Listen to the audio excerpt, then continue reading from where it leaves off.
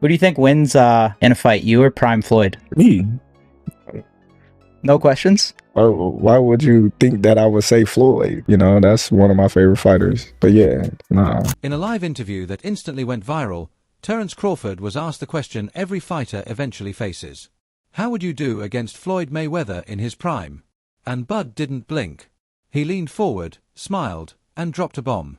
I'd stop Floyd easier than I stopped Errol Spence. Within hours, every boxing podcast, Twitter Space, and sports network was arguing the same thing. Has Crawford officially crossed into GOAT territory?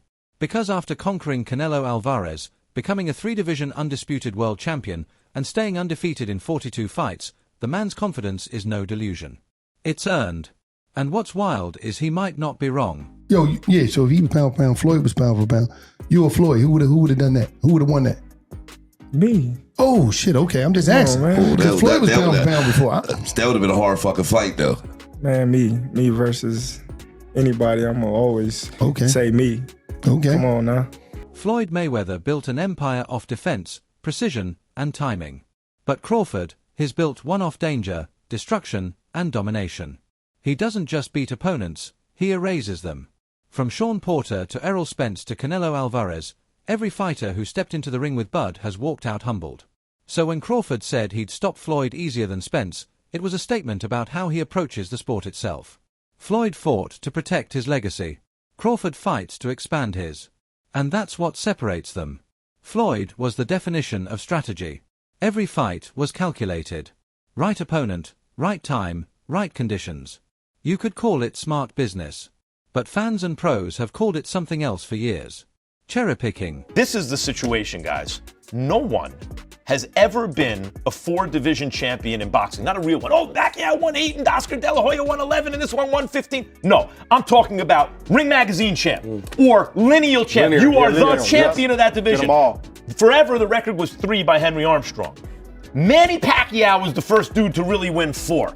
Floyd gets credit for 4 for beating Canelo, but that wasn't at the junior middleweight limit. I don't count that. I don't count that.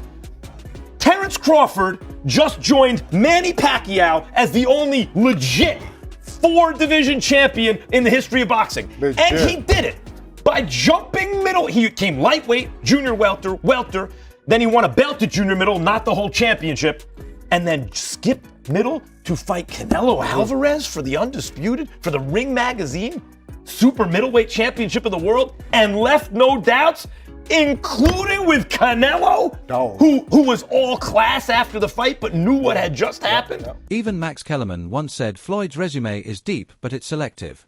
Crawford's is shorter but it's pure.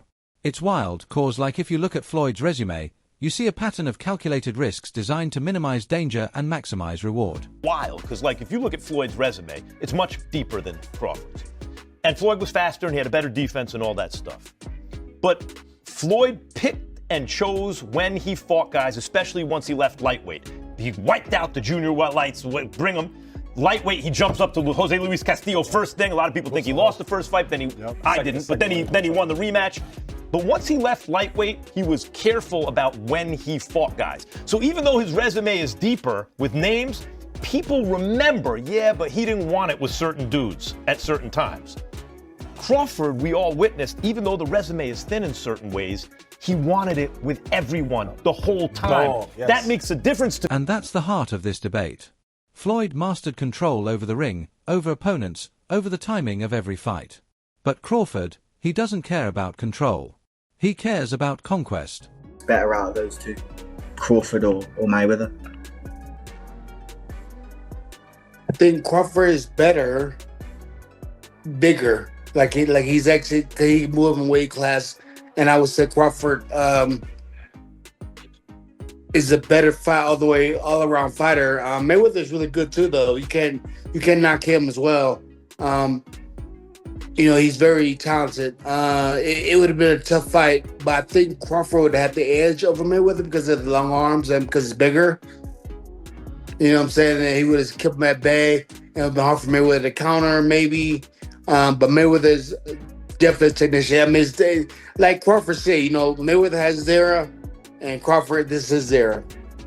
For years, everyone said that fight would never happen, that the politics of boxing would stop it. Crawford didn't wait for the perfect payday or perfect contract. He called Spence out, took the fight, and dismantled him round by round. And then came Canelo Alvarez, 2 divisions up. Everyone said it was suicide, that Bud was too small. But what happened? He walked through Canelo's power, neutralized his size, and dominated for 12 straight rounds. Your reaction to Terence, what he did, that's another crazy thing, right? No, that's not crazy. No, I say it's not crazy because I predicted. I said Canelo was going to get old in the ring that night. No disrespect to Crawford. He did a good. Crawford could have stopped him. He could have.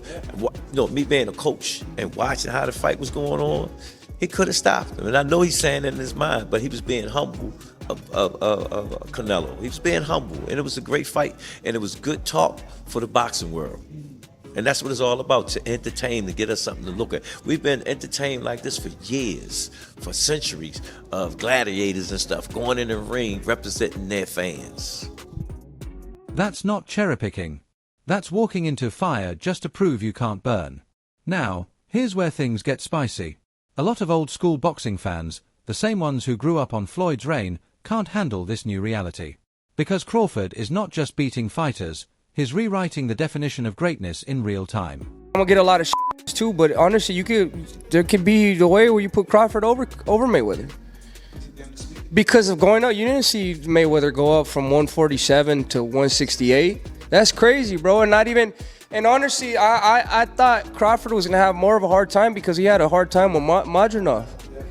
So imagine going up to it. I mean, that's crazy. I mean, but I don't want to take nothing away from Mayweather. Mayweather's the greatest of all time. But I think that was a really big risk that Crawford took, and then he ended up winning. You know what I mean? So you have to give credit to that too. I mean, that's a big risk. That'd be like me going up and fighting Usyk right now, heavyweight. I know that's been kind of hinted. I'm not thinking of that right now. I'm not thinking of that right now. No, but that's kind of like how that'd be. You know what I mean? So you have to, bro. That's a lot of. He has a lot of balls to do that. And not only to go do that to show the world that he's really like that. Guys like Shane Mosley, Andre Ward, and even Calvin Ford have admitted it. Crawford is special. He's not undefeated because he avoided danger. He's undefeated because he invites it. They were saying that if he beats Canelo, it could put him as even the greatest of all time. What does that put him in the all-time list, man? At least top 10. At least top 10 or top 15, easily, you know? There's guys that we may not know of or heard of, like Henry Armstrong. Simultaneously, he was 3 divisions carrying all 3 weight divisions at the same time. Which performance was better? I don't like to compare them, but Crawford or Mayweather's over Canelo. Like it's just different. It's just different styles, different looks, you know. But the punching, the output that he was giving Canelo, definitely gave him the win. That's why when he said he'd stop Floyd easier than Spence, it wasn't just ego talking. It was data. Before the fight, the Crawford-Canelo fight, and you had a Cavs hat on. This time you've got a GOAT hat on. Is that how you're feeling? I know it says Muhammad Ali, but is that how you're feeling about Bud's performance, about his whole career? Yeah, I'm definitely feeling that way, man. GOAT. Greatest of all time, man. You gotta give it to him. You gotta give it to him. You gotta give it to his coaches. Not just me, Saul Red, Bernie, Chet, nutritionists. You know, everybody played a part. Canelo said he's way better than Mayweather. What do you think to that? Who, Terence? Yeah. Of course. Of course. Of course he... Floyd was great defensively, sure. But Crawford can do everything. Orthodox, southpaw, counter, pressure, control distance, and adjust mid-fight better than anyone alive. Floyd dominated through discipline. Crawford dominates through adaptability. But here's where it gets even more interesting. After that viral interview... all time. Ending this interview. Number one, and the only one that he got at top is Floyd. You know what I'm saying? Terence Crawford is this generation guy. You know what I'm saying? Accomplishing all the goals that he accomplished. Matched up? How do they match up, Floyd and Terence? Hey, I'm like this, man. It's going to be great because Floyd, he's about his work. He put in work. We've been watching it for decades, you know what I'm saying? Him coming out of retirement to do this fight, that's a win for the whole world boxing. Every generation from Floyd's generation to this generation didn't get to see it come. That's just like we never get to see Michael Jordan play, right? But we remember when he used to play. Come on. So a bunch of pros jumped into the conversation. Some defended Floyd, saying no one could ever touch his IQ and ring control or that both athletes are the greatest of their eras. But others, even Floyd's former rivals, sided with Bud. Where does he rank now all time? You consider going back down to 154 and face Geronin as the guy who prepared Canelo Alvarez for this fight? Nope. I ain't going down 154. Let's be real. What's left for Crawford to do? His unified 135, 147, and now 168. His climb through weight classes like it's nothing, beating bigger, stronger men with ease. And every time people say he's reached his limit, he proves them wrong again.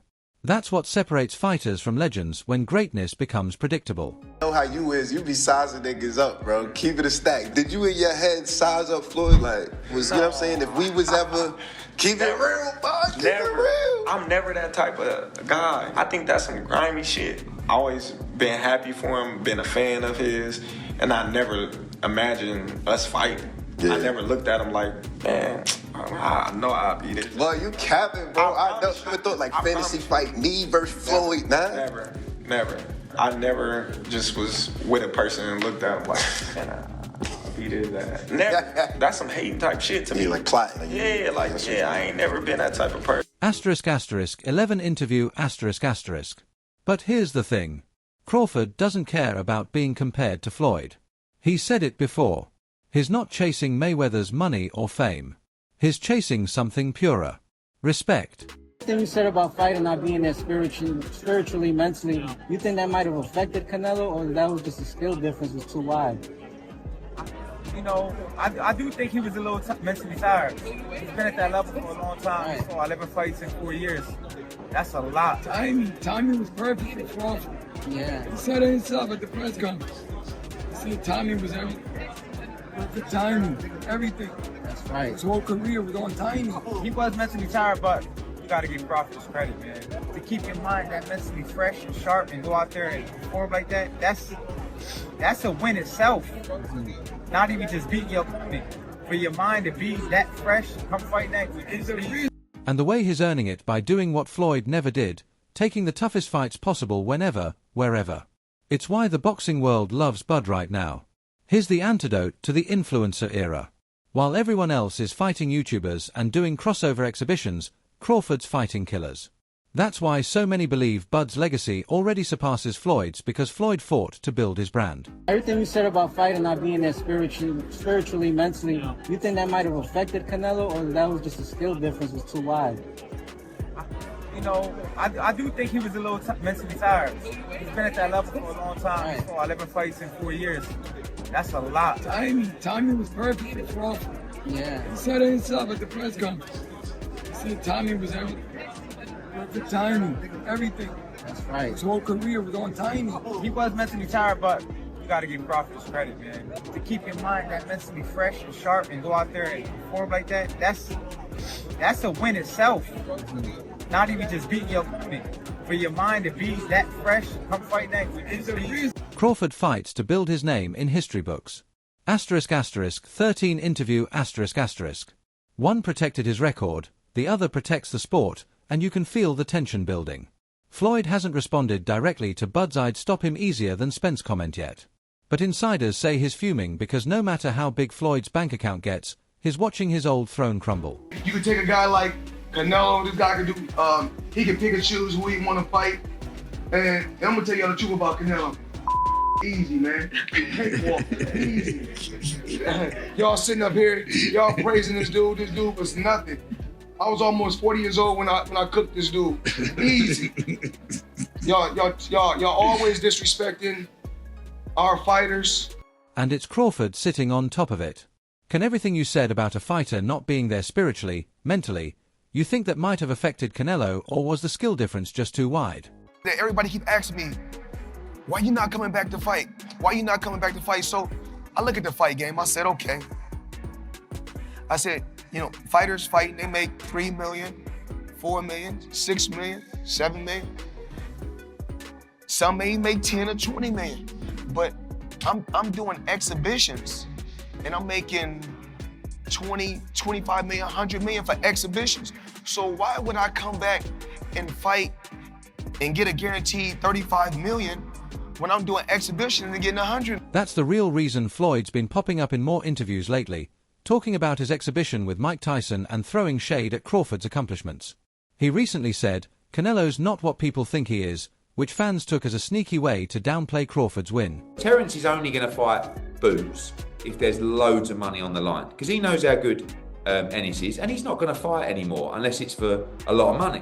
So we have to do what we say. We have to prove the quality of Ennis, and he has to earn his shot against Crawford. But that is the fight that I look at in 9 to 12 months' time, 3 fights down the line. And I think US fight fans are going to be crying out for that fight. Like, you imagine if we beat Lima on Saturday, we beat Ortiz, we beat Fundora or Mertzalayev or Zayas. Everyone will be calling for Ennis v Crawford. I think a lot of fans are crying for that now. They have been for years. Yeah. But the reality is, we still need to, it's not, I think everyone who, like I say, everybody that knows boxing. Yeah, boxing fans. One that knows how good Ennis is go, "F me, what a fight. That is unbelievable." But still, you've got to educate people that Ennis is as good as I say he is. Right? And you do that by beating the champion. So we've got work to do. In an era where timing and marketing mattered more than danger, Crawford's dominating an era where risk defines greatness. It's the perfect contrast. Money versus legacy. Crazy that everybody keep asking me, "Why you not coming back to fight? Why you not coming back to fight?" So I look at the fight game. And the only time he spent with his father. I came up here, I'm kind of nervous to be talking in front of the public, but I'm gonna be short. But I just want to speak about something that I feel like Bud kind of taught me, and I feel as though it's gonna take me farther in life, and I feel like for the next generation and the kids that's coming up behind us to understand. It's one word that I've been thinking about when I wanted to speak about Bud. It's integrity. I feel like integrity is a strong word, and I feel like it's bigger than money, it's bigger than fame, man. I feel like Bud Crawford taught me integrity, and it's gonna last forever. So shout out to Bud, shout out to his family. I feel like his family did a great job with him. His coaches did a great job, and everybody surrounded him and supported him, made him into this genuine, strong human being. And I appreciate him for everything that he done for me. So shout out to Bud Crawford, shout out to Omaha, Nebraska, and it's all love. Now, let's talk about the next big question. What's next for Crawford? Because after cleaning out divisions and humbling legends, fans are wondering who's left. One name keeps echoing through the gyms and podcasts. Jaron "Boots" Ennis. Boots is young, undefeated, explosive, and hungry, the kind of fighter who reminds people of a young Crawford. As trainer, do you feel like you should just sail off into the sunset after this monumental Well, win? you know what? They made it look so easy. You know what I'm saying? Got 2-3 more in him. You know what I'm saying? Training camp will try harder. You know what I'm saying? Do you think a move to 160 would make sense? I mean, if you want to do it, it'd be a challenge. If you want to challenge yourself, yeah, I don't mind. Imagine it. Crawford versus Ennis. Experience versus energy. IQ versus youth. It's the perfect passing of the torch fight. But Crawford's camp has been clear. They're not rushing into anything. I think the perfect weight for Boots is 160. I think he could go there now and be in his absolute prime. He'll be tight at 54 tomorrow. People think that when you move up in weight, all of a sudden it's easy. He's massive. He will 100% go to 168 at some point. So right there, you've got a 4-division championship. But I don't want him just to be a 4-division champion. I want him to be undisputed in those, because I think he's the natural progressor to Terence Crawford. I think he's of the same kind of ability as Terence Crawford. And what Crawford's done is amazing, because he was undisputed in 3 weight classes. Yeah, you got to prove it in a ring. Of course you have. It's very well me saying it. But you've got to prove it in a ring. But you've also, people know in boxing. So everyone's always known how good Crawford was. But it took him a long time to get the opportunities to prove it. We've got to make sure that we're not 36, 37, 38 when we're getting those opportunities. Because if Boots can get it at 29, 30, he's going to be around 34, 35. He lives a clean life. Do you know what I mean? I think this guy, I truly believe, I think he could be one of the all-time greats. After years of climbing mountains, Bud's finally earned the right to rest. His trainer, Bomac, said it best. He's at the point where he can pick the fights he wants, not the ones people force on him.